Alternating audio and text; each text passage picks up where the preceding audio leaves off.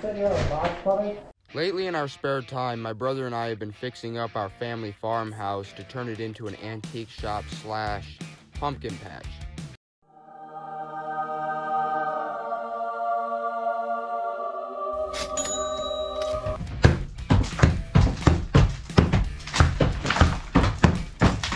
This farmhouse was built in 1900, so as you can imagine, it needs a lot of work.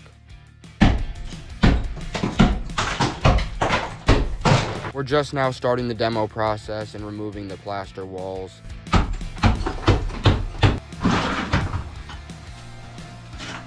As we open it up and strip it down, we should get a better picture as to what the condition is of the house.